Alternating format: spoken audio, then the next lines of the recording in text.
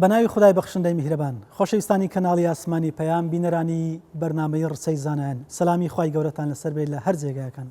خۆشحاڵین لا یەکەم ئەڵقەی بەرنامەی ڕچەی زانایان لە خزمەتی ئێوەی ئەزیز و خۆشەویستدا دەبین. خۆشەویستان لا یەکەم ئەڵقەی بەرنامە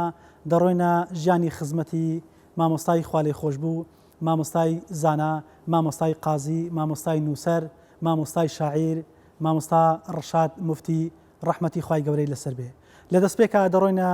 خزمەتی ژیانی جەنابی مامۆستا، دواتریش لەگەڵ کوڕە گەورەی جەنابی مامۆستا قوڵ دەبینەوە لە ژیانی ئاخۆ مامۆستای بەڕێز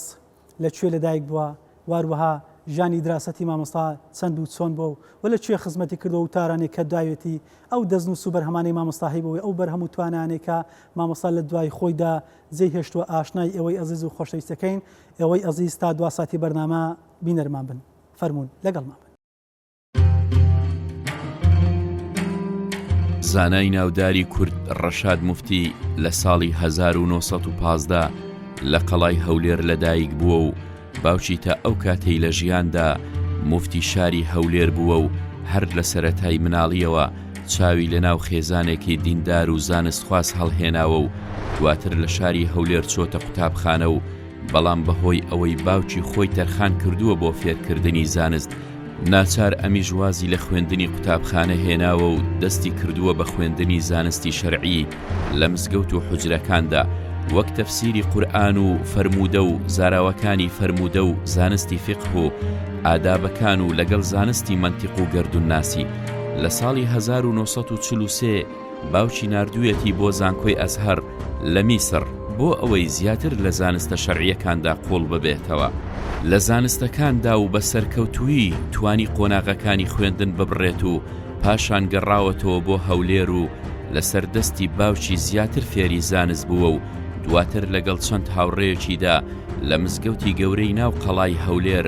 زیاتر درێژەی بە خوێندنداوە و دوای مردنی باوکیشی لە جێی ئەو بووە بە وتاربێژ و موفتی و یەکەم کەس بووە لە سەرەتای پەنجاکانەوە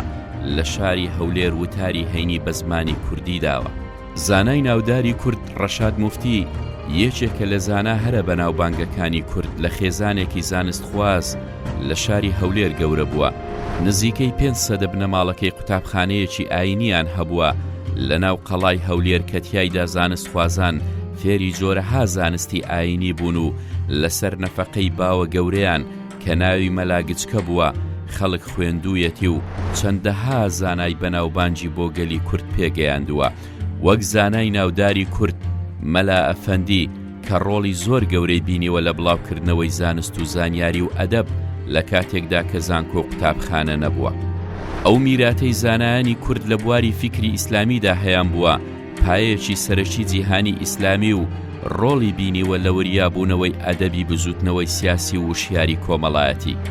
جێگەی ئاماژەیە لە کتێبخانەکەیدا چەندەها دەستنووسی زانستی هەبووە و ئێستاش چەندەها قوتابی ماستەر و دکتۆرا سوود لە زانست و دەستنووسەکانی وەردەگرن. مامۆستای ناوبراو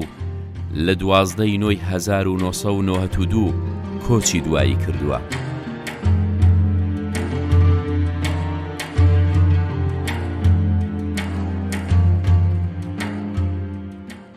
دوبارە سڵاتان لەبێ ئازیزان و خۆشەویستان بینەرانی بەرنامەی ڕچەی زانایان. بۆ درێژەدان لە ژیانی مامۆستای ڕەحمەتی، مامۆستای شاعیر، مامۆستای نووسەر، مامۆستای قازی، مامۆستای پایبەرز لە خزمەتی کوڕە گەورەی جەنابی مامۆستا عوسمان موفتی دەبین بۆ ئەوەی زیاتر لە ژیانی مامۆستای موفتی قوڵ بینەوە. مامۆستا جان سەلامی خوای گەورەی لەسەر بێ، بەخێر بێ. عەلەیکوم سەلام، بەخێر بێ. زۆر سپاس. مامۆستای بەڕێز، ئێمە لە سەرەتادا ژیانی جەنابی مامۆستامان بیست، دەمانەوێت زیاتر لە خزمەت جەنابتانە قوڵ بینەوە لە ژیانی جەنابی مامۆستا. خۆ ئەو گەڕەک و ئەو شارانەی کە جەنابی مامۆستا تێیدا ژیاون کامانە بوون؟ بەڵێ، بەخێراتنی کەناڵەکەتان دەکەم. زۆر سپاس. ژیانی ڕەشاد موفتی باوکم وەکو ژیانی هەر مامۆستایەکی ئاینی لە کوردستان کە دەوەتی ئیسلام هاتە هەرێم، هاتە کوردستانی عێراق، لەو ڕۆژەوە تا ئێستا تا مەکتەب کراوە ساڵ 1923 علم و زانست و معریفەت و ڕەوشتی بەرز و فقهی ئیسلامی و شریعەت و زمانزانین و لغەت و ئەوانە هەموو شعر و دیوان و کوردایەتی و هەموو شتێک لە مزگەفت بووە. مامۆستایەکانی ئاینی لەگەر شێخەکانی تەریقەت لەگەر ڕوئەسا عەشایرەکان ئەوان کۆمەڵگەی کوردیان ڕاگرتیە هەموو ڕوئەسای عەشایری کوردستان مەلایەکیان لە تەنیشت بوو لە قسەی مامۆستای دەرنەدەچوو ئەو وەکو مامۆستایش ئاینی دەوری هەبوو لە بوارە بەرێ هەموو مامۆستایەکە ئاینی ئاخە بەشتە نابی يعني ئەوەی جیاواز کەینەوە لە ژیانی مامۆستایەکە ئێمە عایلەی ئێمە يعني حەفدە پشتە ئیمام و خەتیب و مدەرس و مفتی ئەو شارینە بەر لە مامۆستاش بەر لە مامۆستای باوکی مفتی بوو خۆی قازی بوو 40 ساڵ ڕئیسی یەکێتی ئەوە بوو مجمعی علمی لە منطقەی کوردستان حکومە ذاتی مجمعی مجلسی علمی باشە لە مجمع علمی عێراقیش عضو فەخری بوو لە اتحادی حقوقیینش عضو فەخری بوو 36 ساڵیش قازی بوو کە قازی بوو يعني حاکم شەرعی بوو هیچ داوایەکی لە تەمیز ڕەت نەکرایتەوە هەمووی بە جۆرەی قانونی شریعەت بووە هەردوو لای گرت بوو ئەوجا باو باپیری من کە مهەیە دەبوون ئەمریش مهەیە بووم يعني لە 4-5 ساڵ دایانهێنەکردن مامۆستایەکی تعلیمی قورئانی بکات تعلیمی قورئان فێر بووە 7 ساڵان دوای یەواش تەدەروجی علومی ئەو کاتە تحفیزی قورئانە و قورئان خوێندنە و تەفسیر و حەدیث زانستەکانی ئەو 12 علمەکەی کە معلومی جەنابتانە یەواش لە بن ژێر ئیشرافی باوکی محەممەد ئەفەندی مفتی لە ژێر لە ئامادەبوون لە دەرسەکانی مەلافەندی کە ئەوە ئامۆزای بابیتی بەخۆشی خوێندیتی هەتا گەیشتە عمری 17 ساڵ لەکوێ بەو کاتەوە لێرە مزگەفتی ئەو مزگەفتە مەدرسە بوو مستەمیر سی فەقیه هەبووە لێرە ئەو سی فەقیەش نان خواردنیان و نووستنیان و جلوبەرجیان لەسەر ئەرچی بنەماڵەی ئێمە بووە 400 ساڵە هەم مامۆستاکان لە خۆتان بوونەوە هەمیش ئەو شەرەفەمان هەبوو ئەمە بەبیرم دێ کە نیوەڕانان نانمان دەخوارد لە ماری ئێمە لێرە دوو مەتبەخە بوو مەتبەخی خۆمان بەسیتەکە مەتبەخی فەقییانیش ئەویش تەباخی خۆی هەبوو فەقێ دەهات خۆش قسای عسکەری لەدەست دێگۆڕاتبە ڕەحمەت و لێبی ئەوی ئەو خواردنی خوا قسمەتی کردبوو دایان دەنا فەقیەکان دەیان خوارد على كل لە 17 ساڵی 1934 کە خۆی موالیدی 1915 سال 1934 دەستە ئەزهەر بەڵێ وابزانم ئەو هەر یەکەم کورد بۆ با بڵێن کان ڕەوانی ئەزهەرکراوە لەوێ خوێندویتی بەێ لە کوردستانی عێراقی یەکەمین کووردە کە چوویتە ئەزهەر چونکە بەینی عولەمای عایلەی ئێمە و عولەمای ئەزهەر پەیوەندێکی زۆر بە قووەت هەبووە بە نامەنووسین و بە کتێبگۆڕین ئەو پەیوەندی بۆ چ دەگەڕێتەوە مامۆستاکە هەبوون علم ئەوان لەوێ قیادەی ئەزهەر لەوێش مەعروف بوون بۆ ئەهلی علمن طبعا لێرەش قیادەی علم دەکەن لە هەولێرەوە مەدرسە هەبووە خۆ مەدرسە تەنیا مەدرسە نەبووە مزگەفتی قەڵاتێ مەدرسەی بە حرکە هەبووە مەدرسەی شەقڵاوە هەبووە مەدرسەی کاک ئەحمەدی شێخ هەبووە لە سلێمانی مەدرسەی لە عیمادی هەبووە لە دهۆک هەبووە لە ئاکری هەبووە ئەو مەداریسانە وەکو ئەستێرەی ئاسمان علمیان بڵاو کردەوە پێش 106 ساڵ یان زەبت نازانم زیاتر لە 100 ساڵە شێخەکی ئەزهەر 6 جلدی مەسنەوی تەرجمە دەکاتە عەرەبی بە هەدیە ناردیتی لە باپیری چارەمینم بە عەرەبی نووسرایە معناوەیە پەیوەندی هەبووە بەینی عولەمای ئەزهەر و عولەمای کوردستان ئەوجا بەو پەیوەندی دیارە پێیان باش بووە کە بچێ ئەوێ خوێندنی بخینتەوە چونکە دنیا تەتەوەری کردیە فعلا بەو جاحێریەی بە 17 ساڵی 18 ساڵی لەستە قاهرەی لەوێ دەخینی لەوێ ڕەواق ساڵ لەوێ دەمینێتەوە بەێ ڕەواق ئەکرات ڕەواقچیان بابنیان وەکو قسمی داخلی تایبەتمە دێ بە کوردەکان بووە ڕەواق ئەفغان هەیە ڕەواق ئەتراک هەیە ها قەومەک حتى لەگە خۆی بیتن ئەو تەفریقە عنسوری نەبووە يعني تەقسیمی ئیداری بووە لەوێ لەبەر ئەوەی علومی ئەووەلی هەیە شارەزای هەموو تەفسیر و فقه و حەدیث و سیرە و بەلاغە و مەعان و بەدیع و ئەوانە هەیە لەوێ زۆر ئاسان دەبی دەکەنی ئەوەکەی شاهدەکەی هەر ئەوەش دەبێت هۆکارەوەی کەم بمینێتەوە لەوێ بە زیاتی وای بە 4 ساڵ تەواویکە بە 2 ساڵ بە ئیمتحانەکەی داوی و یەکەمیش دەرچووە ئەوجەکە هاتەوە ئەوە بۆ نور على نور هەم علمی مەلایەکانی کوردی هەبووی خۆمان هەم علمی ئەزەری هینا لەگە خۆی شێخی ئەزەر ناوی محەممەد مەراغی بووە او كاتي محمد عبده بووە کاتی جەمال الدین ئەفغانی بووە وەختی وی شێخی ئەزهەر شێخ محەممەد المەراغی ئەگەر لە گۆگل لێ بدەیت محەممەد مەراغی یەک لە عولەما هەرە گەورەی ئەزهەرە شێخی ئەزهەر بووە ئەو شێخی ئەزهەر بووە لە عینی وەختیش داعیەکی ئیسلامی هەبووە عالمێکی گەورە محەممەد عبدە متەنەویر بووە زۆر يعني علومی نوێ هێنایە ئەو کاتەشتی نوێ پێیا بوو مەسەرەن قەرزی عقاری حەڵالەیان حرامە ڕادیو حرامەیان حەڵالە ئەو فتوەکان سەردەم ئەوە کە گەڕایتەوە ڕەشاد مفتی و هەولێرێ ئەوە علمی مصری لەکە خۆی هێنایە علمی ئێرەش هەیە ئەو بەو شێوەیە بڵاو بوویتەوە یعنی تعایشی بینی ئەدیان تعایشی بینی قومیات تعایشی بینی مەزاهب ئەوە تەرسیخ بووە لەو مزگەفتەی لە هەرێمی کوردستانیش هەموو مەلایەکانی قیادەی مزگەفتەکانیان کردیە یعنی سقافەتی پێکەوە ژیانیان بڵاو کردەوە حقوقی ئافرەتیان محافظە کردیە حقوقی منداڵیان محافظە کردیە لۆیەش دەبینن لە ناو کوردستان بۆ ئەری کۆمەلگای مەسیحی هەیە کۆمەلگای یەهودیشە بووە پێکەوە ژیانی چ مشکلە نەبووە ئەو کاتە مەجلیسی جەنابی مامۆستای ڕەحمەتی بۆ نمونە هەموو ئەدیانەکانی تر لی دانیشتون هەم لە مەسیحیە هەم لە زەرادشتەکانە هەم لە ئەوانەی کە هەبوون ئەو کاتە هەمیش لە قومیەکانی تریشەوە هەروەها لە شار و شارۆچکانی تریش لە مەجلیسی ئەو دادەنیشتون سوای کرد بە ئەو هەمیان کۆ بکاتەوە بەێ ئەوە طبعاً پێشان وەکو ئێستا گازژنەوات و تەلەڤیزیۆن شتانە نەبووە جێگای تەنها جێگای حەوانەوەی خەڵکی کوردستان مزگەفت بووە یان تەکێ بووە بینی مەغریب و عەسر و مەغریب بینی مەغریب و عیشا و پاش عیشاش دوای عەسر زیاتر دادەنیشتن دوای عەسر دوای شەو دادەنیشتن زیاتر دوای عەسر دادەنیشتن ڕۆژی زمانش دادەنیشتن ئەو دانیشتنانە هەبوو ڕۆژانە دەهات خەڵکی منتیقە داهات ئەوی مشکلەی هەیە ئەوی سوال جوابی هەیە ئەوی حدەسەکانی دنیا مثلا تێناگەن چ بەحسە ئەو شەرحی دەکرد لۆیان لە مناسباتیش دەهاتن مەترانەکان دەهاتن مەترانی عنکاوەی هەموو جێژنەك هاتەکەم بابیشم هەموو جێژنەکی وان سەرسا چوش دەلایەن هاتە جارێکی سوتفە نوێژی عەسر بووە هەر لە کەنیسە نوێژی کردیە ئەو مچینە نامەیەک بووە باعتیبار هەموو یعنی دووری عیبادەیە باشە حتا لۆی جێرامەوە مەترانێک ئەمری خوای کردیە ناوی ئیستیفان بابەکە بوو گوتی وەزیری داخلی عێراق هاتە ئیجتماعمان کرد لە وەدەی متسەڕیفەکە محافظ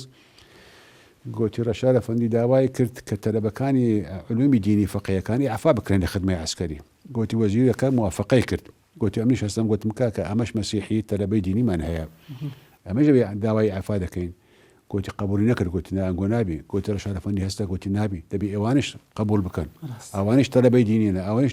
دینەکە سەماویە حەزرەتی عیساینە تەلەبەی دینی مەسیحی و تەلەبەی دینی ئیسلامەکان دەبی عەفو بکرێ دەیگو ئەو بۆ سەبەب کە تەلەبەکانی دینی مەسیحی عەفاکرن لە یعنی ئەوەندە ئەتیبارن لە بۆ قسەی ئەو کردیە هەتا ئامادە بوون قوتابیەکانی ئەوانش اعتبارا لەو قسەیوی باعتبار ناوە قسەی خۆی نیە قسەیەکی فتوایەکی شەرعیە باعتبار ئەوە ڕای عامە کە ئەو شتێک دەدێ ڕای عام دەکاتن ڕاست جەنابی مامۆستا ئەو کاتە بۆ نمونە کە لێرە دەژیا هیچ شوێنی تر هەبووە کە بۆ نمونە لێی خوێندبی غەیری ئەزهەر و ئەو با بڵێم بابیان زاناکانی پێشخۆی والله خنديتي طبعا خنديتي بعض علومي خندية مثلا علمي تجويد لكن علمي تجويد وخندني قرآن لكن سيد مرداني خندي هدير بوا سيد مردان أستاذي مقامات بوا يك شكر كل شيء بوا هلا مزقفت بوا مالي شيء نقلات بوا لبي خنديتي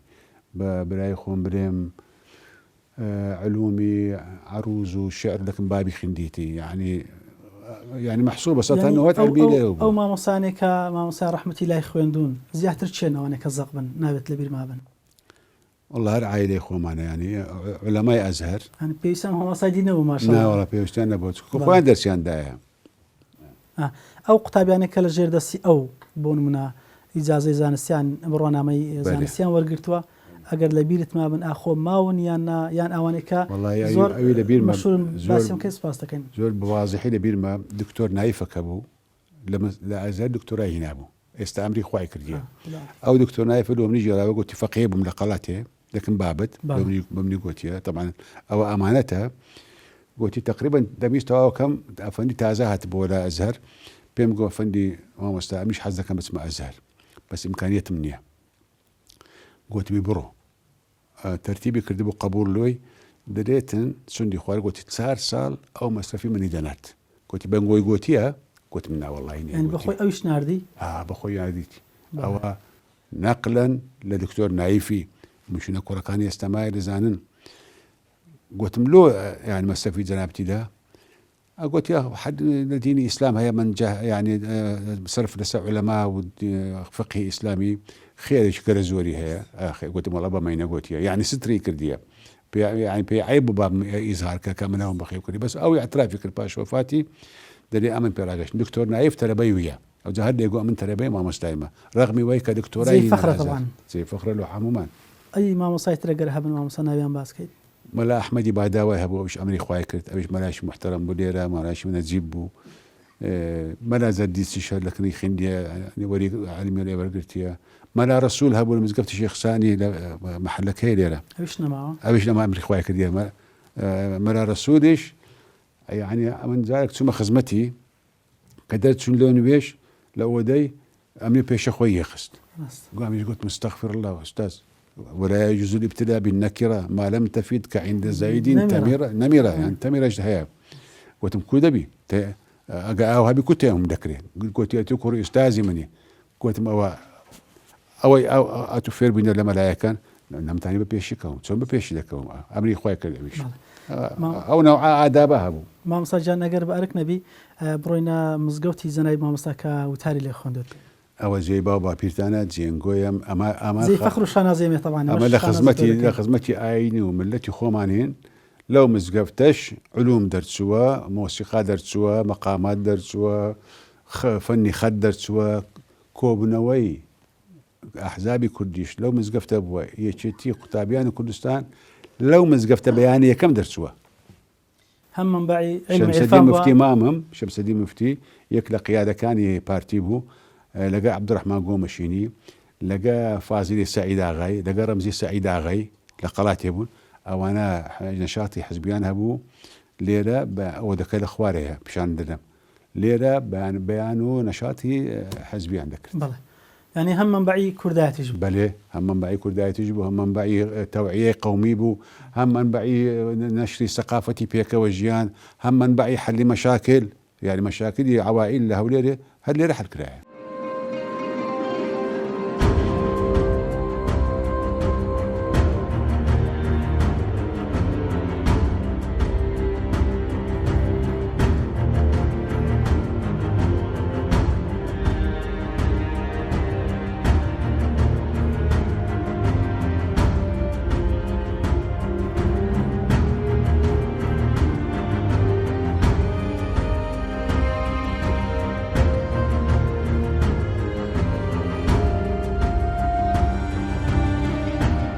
مامۆستا بەڕست ئەمە لە حوزرەی جەنابی مامۆستای ڕەحمەتی ئەو شەجەرەمان بینی ئەگەر وەسفەکمان لەکەی خراپ نییە ئەوە شێزەرەی عولەمای ئوسرەی کچوک مولایە مەلا کچکەی پێدرێن لە قەبی هەمومانە ئەوە ڕەشاد مفتیە ئاخر کەس بوو یعنی هەمویان پیاوی ئاینی بوونە زانا بوونە ئیمام و خەتیب و مدەریس و مفتی شار هەمویان هەر کەس لە عەسری خۆی ئێستاش مامۆستا مەلا محەممەد نەدیم ئەمجەد مستەفا لە عینی عایلەیمەیە هەژدەمین ئیمام و خەتیبی ئەو مزگەفتی هەر بەردەوام ئینشاءالله کەسی لەوانەیە قەڵا ئێستا بۆ نمونە کەسی لێ نەژێنێ بەس ئەوە ڕۆژانە دێن نوێژی نورانی دەکرێت جمعانیش خوتبەمان هەیە ئەوە دەڕوا و سلسلێدا ئەو باپیرمە مفتیە فەندی محەممەد ئەفەندی مفتی و ڕاستمەکانیان لێرەیە ئەوانە هەموو ئیمام و خەتیب بووینە دەڕوا هەتا دەگاتە ڕەئس الئوسرە کە مەلا ئیلیاسی ناوە ئەو چەند پشت دەگەڕێتەوە مامۆستا ئەوە حەفدە ماشەڵڵا حەفدە پشت ئەو مامۆستایەش پێشی 300 ساڵ وفاتی کردیە ئەوە فەرمانی عوسمانی درایتەوەی دەرێ ئەو زاتە هاتەکردمان ئەو بەکرد ئەو هەشتەکانە مامۆستا هەشتەکانە بەرێست ئەوە سوڵتان فەرمانی داوەتە فەرمانەکە لێرە پیشانتان دەدەم دەرێ هاتە لامان عالمێکی گەورەی کوردە وایە لە بۆ تەدریسی تەلەبەکانی دینی لە مزگەفتی قەڵاتی هەولێر ئەو خەرجیانەمان ئەمر کرد بەرێ ئەوەشی زەرەی عایلەیە ئاخر کە دەگرێتەوە سەر جەنابی مامۆستای دوایە ئاخر واحد بە ڕەشاد مفتی بۆ بابم بووە پاش وەفاتی یەک دوو مامۆستا هاتن دوایە بەجێیان هێش بۆ زروفیان تاوانە بوو قەڵات چۆل بوو مامۆستا مەلا محەممەد ئیمامە خەتیبە لەو مزگەفتی ئامۆزاتە مامۆستا ئامۆزامانە بەڵێ یعنی مهم بەردەوامن بەردەوامی ئینشاءالله نابڕێ ئەوە دەرکەی قەڵاتە بەم بەبیرم نایە بەس ئەوە بیرم دێ بەس دەڵێن شەوان قەپات دەبوس بەیان دەکراوە بەڵێ هی ئەو کات ئەوە سەربانی مزگەفتی خەڵاتەیە پێش ساڵی 57 کە تەعمیر بوو بەس ئەوە کەت کە کەت سەر لەنە دروست کراوە ئەوەش با پیرمە محەممەد مفتی ئەفەندی بابی ڕەشاد مفتی مفتێرێر بووە ئەوە قنسولی ئیرانیە ئەوە متصەریفی هەولێرە ئەوە مدیر شورتەیە ساڵی 35 فەرمان دەخینەوە کە تەجنیدی ئیجباری یعنی لە بۆ سوپایە بۆ جەیش تەجنید یعنی عسکەری بکەن با مەجموعە مامۆستایەکی کوردستانن هاتبوون تەشریفیان هاتبوونە دیوەخانەی لە خوارێ ماڵمان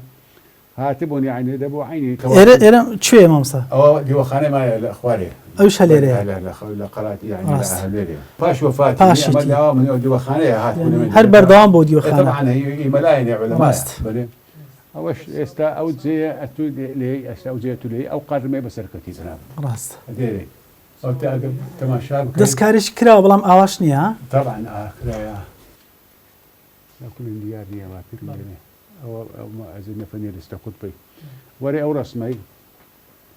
ئەوە مامۆستا مەلا ئەمینە ئەمن ئەلێرە ساڵ 1953 54 ئەلێرە لە عاردی ئەوە جزوی عەممە و تەبارەکی دەدامێ ئەوە باپیری شێرزاد دکتۆر شێرزاد نەجاریە ئەوە باپیر ماوترە ئۆدەی خۆیتی ئەوەش خادیمەکە ناوی سابیر بوو باشە ئەوەش عەدنان نەقشەبەندیە هاتوو بۆ زیارەتی ئێرە کە وەزیرە ئەوقاف بوو ئەوە شێخی ئەزهەر من وەفد بووم چوومە ئەزهەر حیسەم هینە 50 تەلە بە ساڵانە لەسەر حسابی شێخی ئەزهەر بخینێتن ئەو شێخ ئەحمەد طەیب لێرە دەتان ناردەبەوەی بەڵێ ئەوەش لە کۆنەوە عیلاقاتی عولەمای شیعە لە گەمەلایەکانی ئێمە هەبووە ئەم ببین لە ساڵ 1957 یەکێک لە کەربەلاوە هات نجەف و کەربەلا بوو وەفدەک بوون ناوی العەلامە عەبدولکەریم الجەزائیری لێرە لەگە بابم مامۆستا مەلا ساڵحی کۆچەپامەکەی مامۆستا مەلا ئەبوبەکری هەمەوەندی سێ ڕۆژ میوان بوون نیقاشی عەلمیان دەکرد ئەوزە پاش وەفاتی بابم ئەوانەش تەشریفیان هێنا لای ئێمە بۆ بەردەوامبوونی ئەو عیلاقاتان ئەوە شێخی ئەزهەر ئەوە شێخی ئەزهەرە پێش ئەحمەد طەیب هەر لە عیلاقاتمان هەبووە باشە ئەوەش فەرمانەکە ئەمن ئێستا متەوەلیمە مزگەوتە هیچ واریاتی نییە ڕاست مامۆستا ئەگەر بڕۆینە ئەو وێنانی ئەولاش ئاماژای پێکەی خراپ نییە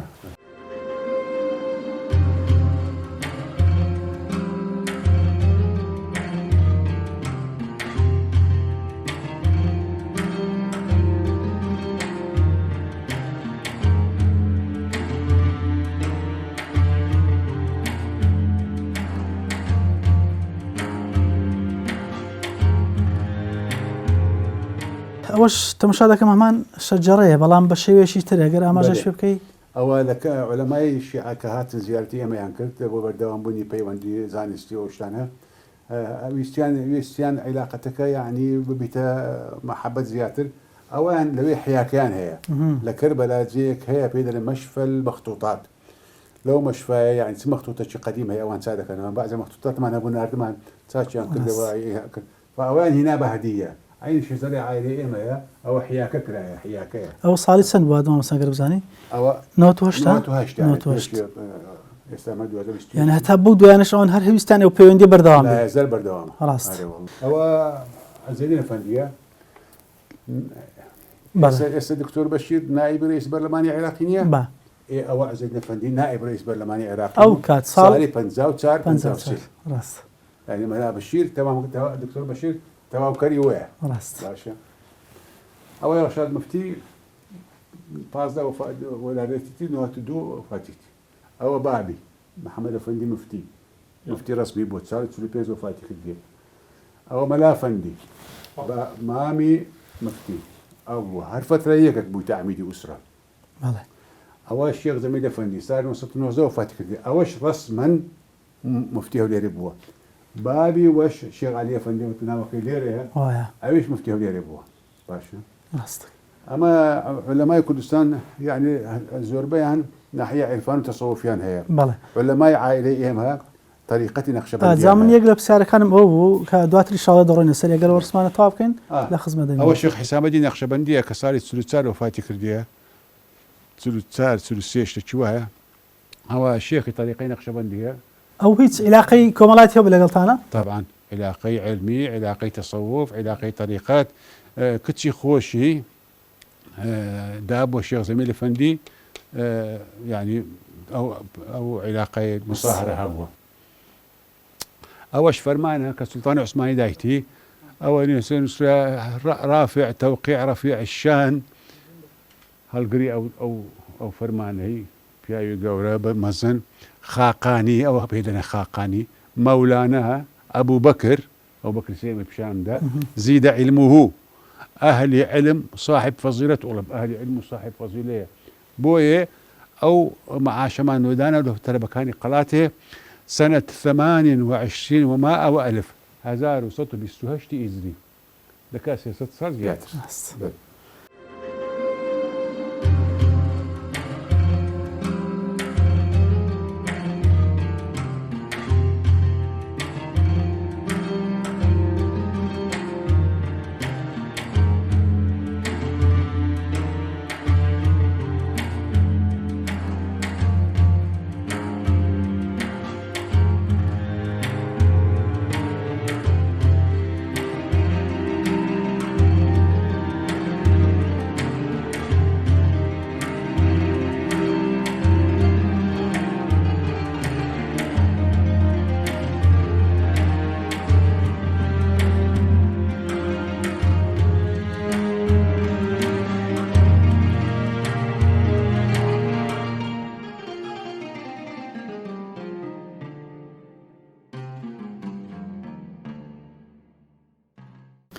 مامۆستا بەڕێز ئەو شوێنێکی ئێمە ئێستا لێ ڕاوەستاوین ڕێک پێش میحراب مینبەری مامۆستای مفتی ڕەحمەتیە. دەمەوێت پرسیاری ئەو بکەم سەبارەت بە وتارەکانی جنابی مامۆستا ئەو کاتە سەرەتای وتاردانی هەر لە مزگەوتە بووە. بەرێ ئەوە ئێستا لەمان لە ناو حەرامی مزگەوتی گەورەی قەڵاتین. بەڵێ ئەو حرەما پێشان 22 گومبەتی هەبوو ڕووخا ساڵی 56 ئێنە سەرەتای دروستکردنی هەر مامۆستا خۆی دروستی کرد. ناو خزمەتت بکەم قەدیمە بووە يعني وتي إسلام هاتيا إيرا مزقفته أنا ميجو كيف بخير قلت ما صار بزاف هزاران صار بيش ببتا مزقفت أو يعني معبد بو معبد تساينا كبوه لهولي 6000 صار لقلاتي تساينا كبوه إيرا معبدي بو كي إسلام داخل بو صار السيودو هزري شتشوايا عتبة بن سلم الفرقة دي فتحي كرديا إيرا بيتا مزقفت نسيت له إمام عمر هناك معبد أجعله مسجدا قال إن رضوا فافعل معبدك يبي كما مزقبت اللي أقرأ عزيب على مكب بكى لو رجعوا مزقبتات بينصت صار شيء علماء عائلية ما داير خدمة دكان بل أو مزقبتها مش لك أوقاف بهم إيرم تعمير كرت كاشيم كرت على ذاك كاشين أبوه سقف كاشيم سقف سانهمي كرت ببرايخهم بلام أو محرابة أو منبرة أيش بيدري محفل لبرا دخينيتن يعني ردك إمامي بل لرا أو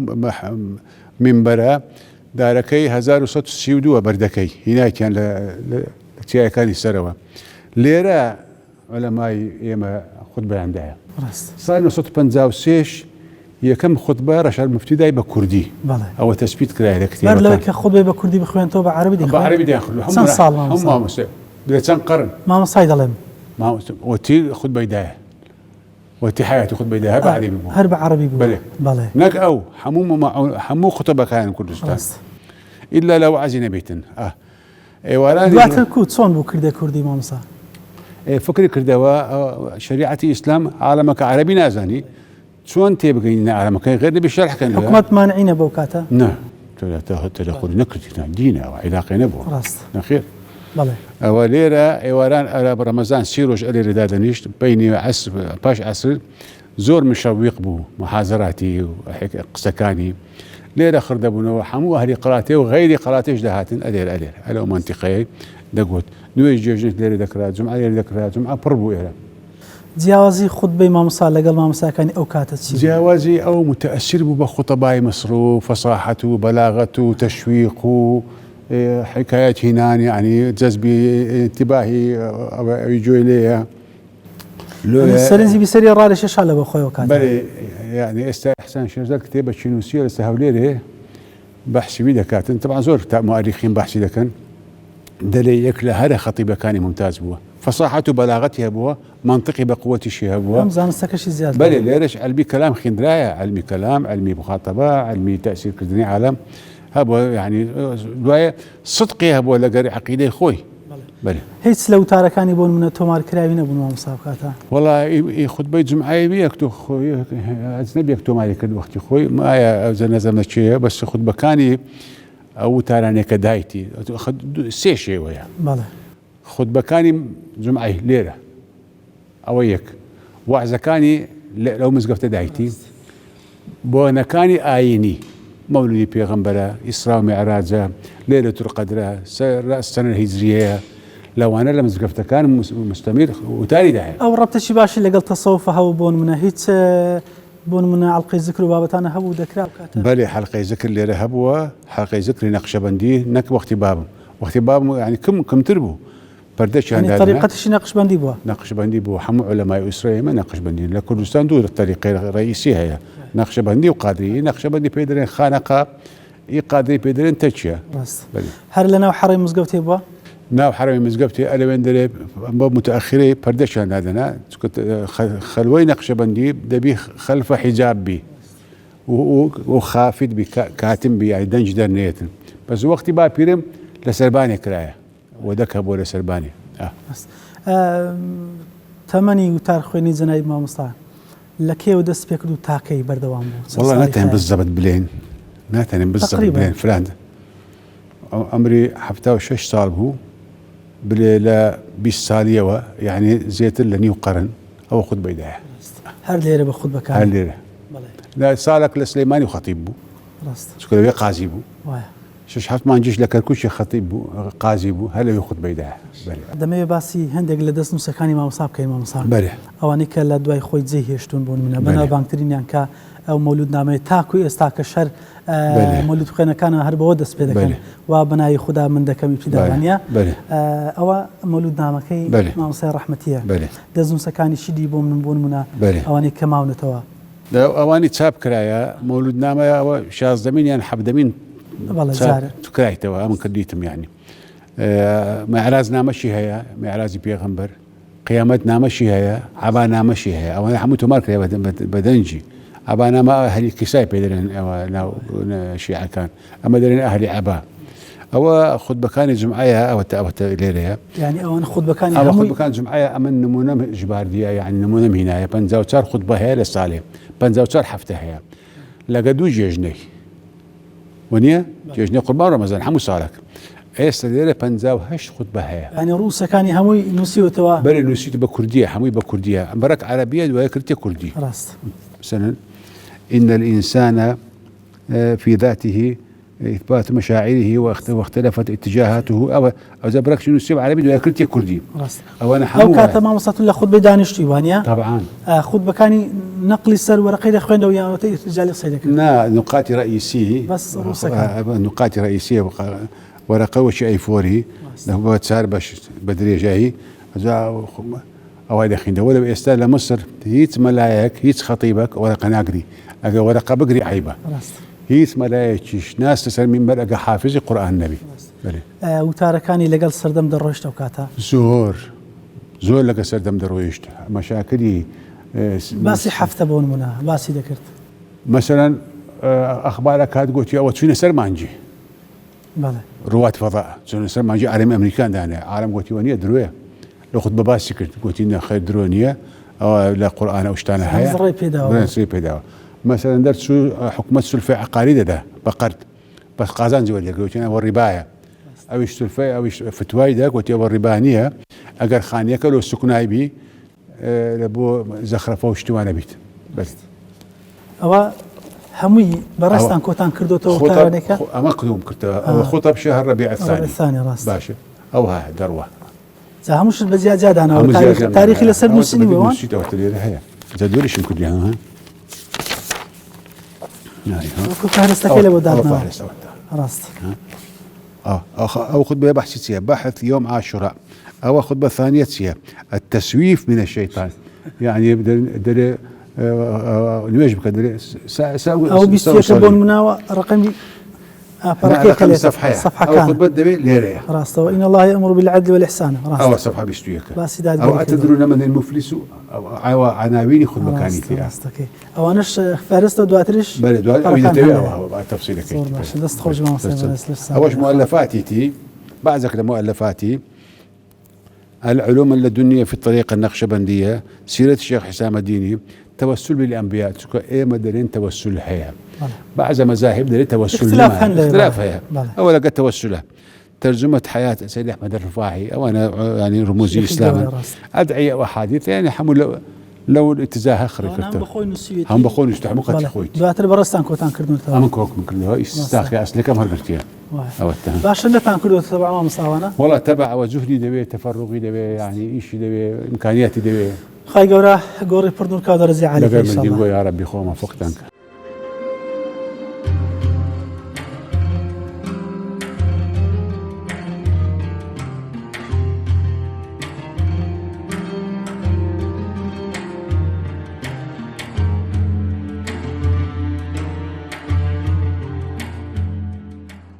مام سایبر سیما لنیو مزگوت کشونیش تایب دبینید با افرتان زام دمی بسیاری او کم آخو او شونی نیجی افرتانا با دوای دروس کرا و یا خل زمانی جنایی با مصطحبون ابو نیش خونان افرتی دانشی قلا. هو فعلا سؤالك شيء يعني لزي خوي بو سؤاله ما قلت مان كلا زهرات وصار السيوتر متنوير بحياتي الديني والثقافي مصر ها توالي تيكالي كر لقى علماء خومان دنيا تطوري كر كهرباء بيابو راديو بيابو قلت مانيا كمين خطبه كردي لها قلت لها صار 53 دوايا او فرموي كافريقيا كان محروم للنبيش دبي شلون شالو دابنين او ودك بو تخصيص يعني كله افرتان عم ببير بدي عم حفظ صار ماهيش صار عملهم صار 56 من دهات ما ايرا من دالبهم مجموعه افرت نيجي عندك لو كتواب كديتشان اللي ركرايا يتر مسقبتها كانت كش يعني تقليد يعني كت بوش تشباس اسلام حقوقي افرتي حفظ كدي بيت ثواني وانا زدي ويدي عاده او كاتا بزلكاتي خد بخوين نود هاتن افرتا كانيان لا نيوجا كان والله ببير مدي من تراويح سيروش افرد دهاتن قربوا رمضان نجد تراويح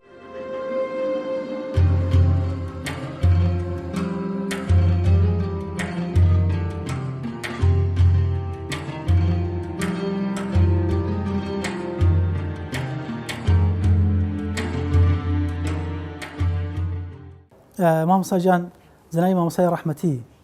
جگە لەوەی کە زانایەکی پیا بەرز بووە خوای گەورە هیچ بەهرێکی تری پێدا بوو بۆ نمونە لەوەی کە شانی باسکردنەوەی بەڕێسان باسکردن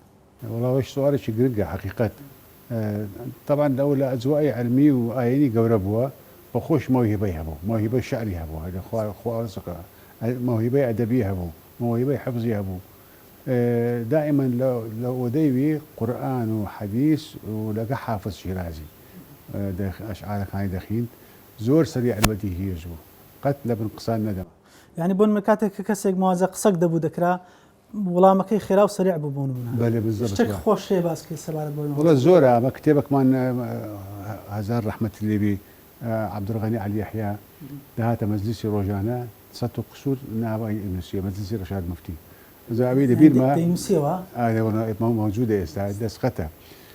لەوانە حکومەت بڕیاریدا ئەو حاکم بوو یعنی قازی شەرع بوو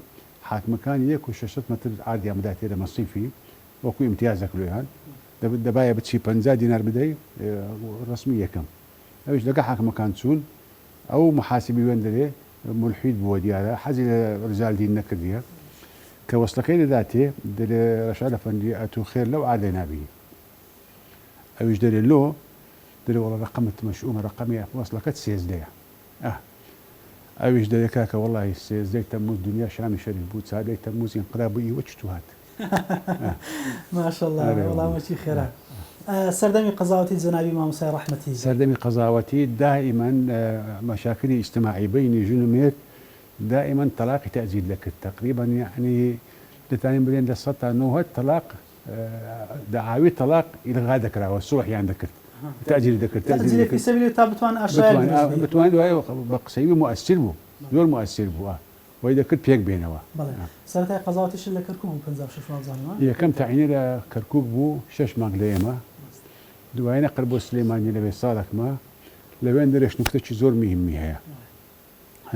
ئەوە لەوێ متصرف بووە عومەر عەلی ئەوی قایدێ عسکەریەکە متصرف بووە لەوێن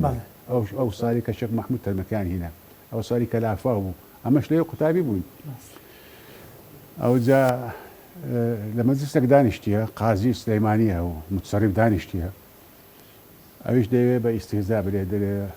قازی ئەفەندی ئەوە چێ دەێن تەلاقیکەت سێ بەردی فرەدا چیە بەردە فرەدایە کو تەلاق کو دەکەویتن دیوارە بکەویتن ئەویش دەرێ وەڵا جەناب ئەتو پێش هەفتەك بەرقیەت کردووە بەغدایە نووسی بوت ئینە خولە پیزە شق عسى الطاعة عن الحكومة دەرێ خولە پیزە داری تاعەتی شکاندیە کادارەکەم پیشانە حتى تەلاقەت پیشانە ئەوە کینایەتە وسکرد بووە بزە بەڕاستان کوڕە گەورەی ئەون کامەتان لەوە زیاتر یان بڵێن منداڵەکانی چەند و ڕێچکە ئیویان گرتو بۆ نمونە لە ڕووی مەلایەتیەوە وەڵا لە ڕووی مەلایەتیەوە ئەمە هیچتاقمان ناگەینەوی ئەو ئومێدەشی بۆ من هەبوو ئەمنیش ڕێی وەزیفەم گرت بوو پاشی وەفاتیشی گوتم ئەو بارە قورسە بۆ من هەم ناگیرێ حقیقەت یان جبلە بەرکردن و دەرزدان و ئیلتزامێکی زۆر گەورەی خوایی و ئیملەتە ئیتر کوڕەکەم محەممەد گرتیتی ئێستا محەممەدی ئەمزەد ئەفەندی و مستەفا ئەفەندی ئەو ئامۆزامانە فەرقی نییە برایەکانم هەموویان دەرەجەی سەقافەتیان وەکو منە لە عینی ئەزوا گەورە بووینە ئەمە ئەمن مەیلم لە بۆ شعر و ئەدەب و سەقافە ئیسلامیە فلان مەیلە لە بۆ تاریخە فلان لە بۆ مەیلی ڕستکێشی زانستی گرت بەێ بەس ئەساسەکەی یەکی ئەگەر باسی مزگەوتی گەورەی باڵێن ڕەشاد مفتیمان لە بکەیت کە لە سزادەی کەرکک هاان بۆ منە ئەوەی کە وێنەکە بە ڕێزانش ئێستاکە دەیبینن چۆن بوو بەنای ئەو کرا وڵی حقیقت دەوێ چونکە ئەو حزورێکی زۆر هەبوو حزورێکی زۆری هەبوو لە ناو ملەتی هەولێر هەیە وەکو باوکی ڕوحیان بوو حقیقت ڕۆژی وەفاتی دەنگێکی زۆری داوە سەتانوەتی دوکاندەرەکان دوکانیان قەپات کرد بە گریان هاتنە سەر جەنازەی لە تازیەکەشی مەسئولانی حکومی و حزبی و مەسئولەکان هەموو حاضر ببوون فئیکراما لە بۆ تەخلیدی ئەو مزگەفتە بە ناوی ئەحمەد حەسەن بەکری دروستکرا بوو دروستکرا بوو بە ناوی ئەحمەد حەسەن بەکری بۆ ڕئیس جمهوری عێراق بوو اقتراح کرا کە قیادەی کوردی اقتراحی کرد ئەو مزگەفتە ببتە بە ناوی ڕەشاد مفتی تەخلیدە لە بۆ ناوی و خزمەتەکانی لە دین و وڵات ئەگەر نەخۆی نەڕۆشتەوێ هیچ نانەخۆی خۆت بەی نەدایە مزگەفتی خۆمان ئێرە بەس ئەو بەناوی ویکرە ئێستا مزگەفتش مەکتەوە قوتابخانە کرا بەناوی مەلا فەندێویش ئایلەیمەیە سپاس دەکەین مامۆستاجان ئێمە لە مودەی ئەو بەرنامەدا عەزەتی جەناتماندا مشەڕەف بوون بۆی کە لەگەڵ کوڕە گەورەی جەنابی مامۆستای ڕەحمەتی لیقامان کرد خوای گەورە پایدارتان کە خوای گەورە ڕۆحی مامۆستاش بەرزە فرکا زیاتر دەرجەی عالیکە ئینشاءڵڵا سوپاسیمان دەبوون جەناب دەکەن ئەمنیش مشەڕەف بووم لەگە جنابتان قسە بکەم زۆر پێم خۆشە پەیوەندی و ئیتیساڵ ڕۆحیەتی جیلی پێشتر بگاتە نەوەکانی نوێ حتا زۆر لە ڕێگا لا نەدەن لەسەر ڕەوشتی بەرزی و ئەخلاقی جوان و دینی پاک بڕ مەفەقتان کرد زۆر سپاس بۆ بەڕێز مامۆستا عوسمان مفتی کوڕە گەورەی ڕێزدار مامۆستای ڕەحمەتی خوای گەورە دەرەجەی عالیکە عەزیەتماندای خوای گەورە پاداشی بەخێر داتەوە زۆر سپاسی ئێوەش دەکەم زۆر پێ خۆشحاڵم شەڕە بووم لەگەرتان پێم خۆشە ئەو تەواصلە بینی ئەجیالی پێش و نەوەی نوێ ئینشاءڵڵا لەسەر هەمان ڕەوشت و هەمان ئەخلاقی بەرز و ی کوردایەتی ملەتی خۆمان دەڕۆن خۆ مەفەقتان کە بەڵێ بینەرانی ئەزیز و خۆشەویستی بەرنامەی ڕچەی زانایان عزیزان لە ئەڵقەی ئەمجارەی بەرنامەی ڕچەی زانایان لە خزمەتی مامۆستای مەرحوم و خاڵی خۆش بێت ڕێزدار مامۆستا ڕەشاد مفتی خوای گەورە دەرەجەی عالیکە ئێمە ژیان و سەربردەی جەنای مامۆستامان ئاشنای ئێوە کرد و هەروایی خۆشمان بۆ ئێمە وەکو فەخر و شانازێک لە ئەو بنەماڵەیە لە خودی جەنابی مامۆستا واروها بیکەنە قودوە و چاوساغ و پێشەنگ و پێشاوی خۆمان بۆ ئێمە زیاتر چاوی لێ بکەین واروها خۆ بەو هەڵدەینەوەکە بتوانین سیرەتی ئەو بەردەوامکەین لە خزمەتی هەم ئاین هەم گەل هەم نیشتیمان تا بتوانین هەم لە دنیادا ئازادانە و سەربەرزانە بژین و هەروە لە دوا ڕۆژدا بەڕ و سووری بگەڕێنەوە خزمەتی خوا تاکو دیدار بەخوای گەورە سپاردن. السلام عليكم ورحمة الله.